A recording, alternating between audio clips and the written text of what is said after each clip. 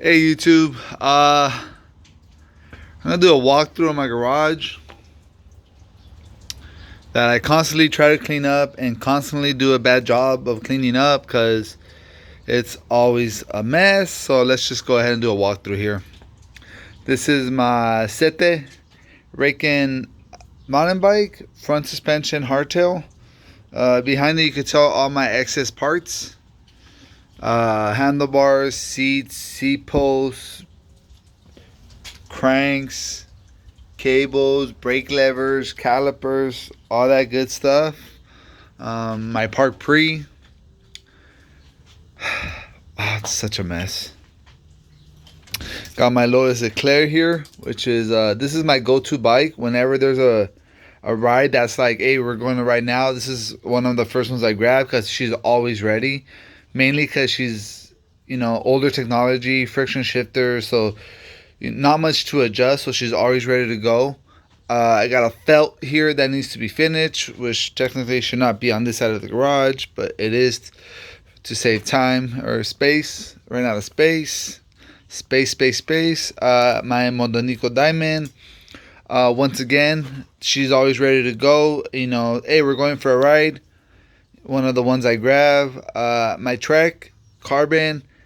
Not one of my favorite ones to ride because every time I ride her, I have to be very careful of what I do with her, where I ride her to, if I leave her outside, where are we going, how many people are going. Just too much planning needs to go into this one. Every now and then I do take her out for a quick spin just to still use her, but not one of my favorite bikes to ride because of so much preparation that has to go into it.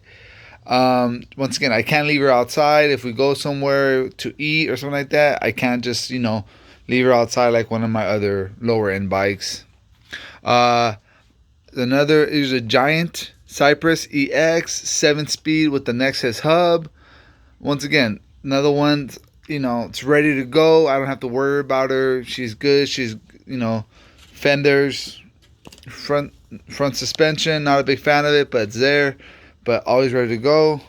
Missed my little girl's 18-inch bike right here. And I got my son's Specialized right here. It has a San Marcos saddle and a Thompson stem seat post because I needed a seat post, and unfortunately that one was the size, so I put that one on there for right now. It's my wife's Giant Escape. Full comfortable ride. She's not very fast, but she's extremely comfortable. She's an Escape women's extra small, 8-speed by 3. Just nothing original on it besides the frame set and the bars. Everything else has been changed. The cranks, the wheels, the brakes, everything has been changed. I got a Mongoose all-terrain bike, which is, a mountain bike from back in the days. I'm going to build a clunker out of her one day. I just don't know when. Wheels up the yin yang. Well, a few wheels here and there for future projects. This side is where I wish I would say I didn't have anything, but I have a Bianchi with full Shimano 600 color, tricolor, whatever you want to call them. Components, seats, stem, wheels, everything is tricolor on this one. Bianchi Brava frame set that I bought, used for a while, and then I took apart. Bianchi Limited right here, black, full Shimano 600 before the tricolor, but also Shimano 600. Not the Quilm, not the seat post, but everything else. I got a Noops KNOOPS frame set, actual racing bike used in actual races.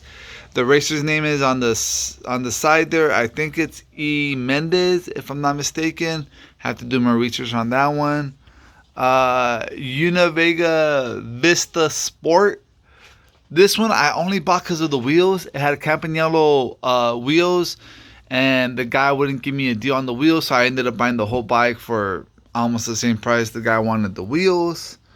And then I have my Penovelo Treviso, full Dura Ace group set. It's set once again, just full door ace. I wanted Campagnolos, but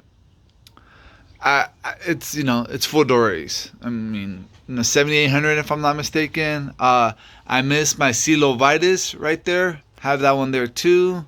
My Park Pre, who's been a high car, had that one for years.